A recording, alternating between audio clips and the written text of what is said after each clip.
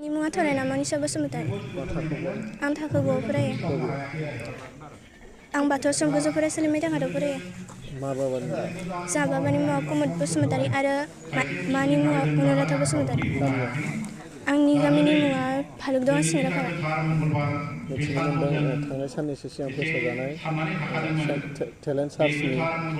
थाखो 9नि आनजादाव नोंथाङाबो माबा मोनसे मासियाव मा मासि मोनो आं थाखो 9नियाव सेन्ट्रेल टेलेन्ट सार्चआव टप 1आव मोननो हादों बेसेबां नाम्बार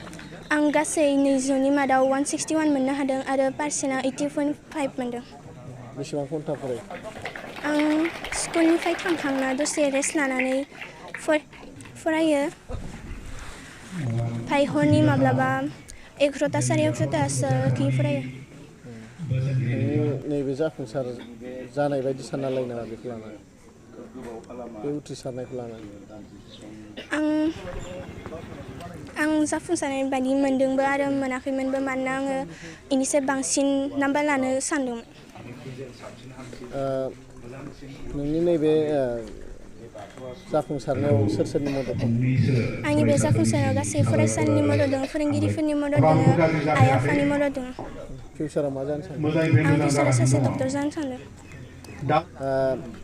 जेनेबा नैबेयावथ' नों सेथि मासिखौ आवग्रिनो हादों फैगौआव मेट्रिकखौ नों मा मासि लानो सानो आं फैगौखौ आसाम हादरनि टप 10 हाबनो नागिरदों गोसो दं गामि आरो नोंनि मादार फादारनि मुंखौ फोरमाय आंनि मुङा निजोम बर' ओमफ्राय आंनि गामिया कालजार कटबारि ओमफ्राय जों आइनि मुङा लतिका चौधुरी जों आफानि मुङा लासित चौधुरी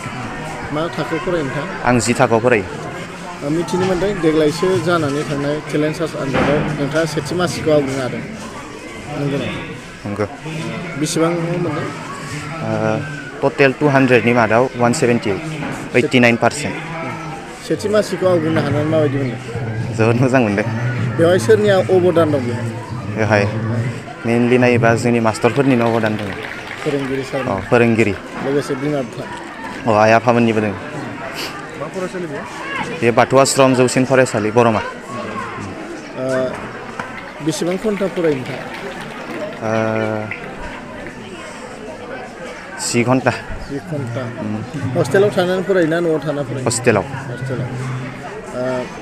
नोंथाङा फिउचाराव मा जानो सानो फिउचाराव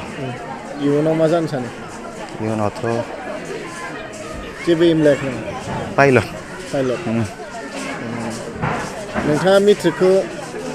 एबारथ' मेट्रिक होगोन मेट्रिकखौ मा थाखोआव उथ्रिसार जानो हागोनखौ मिजिंथिदों दा फार्स्ट डिभिजनखौ मोनखागोन आसामनि टप 10आव जायगा लानो गोसो जादों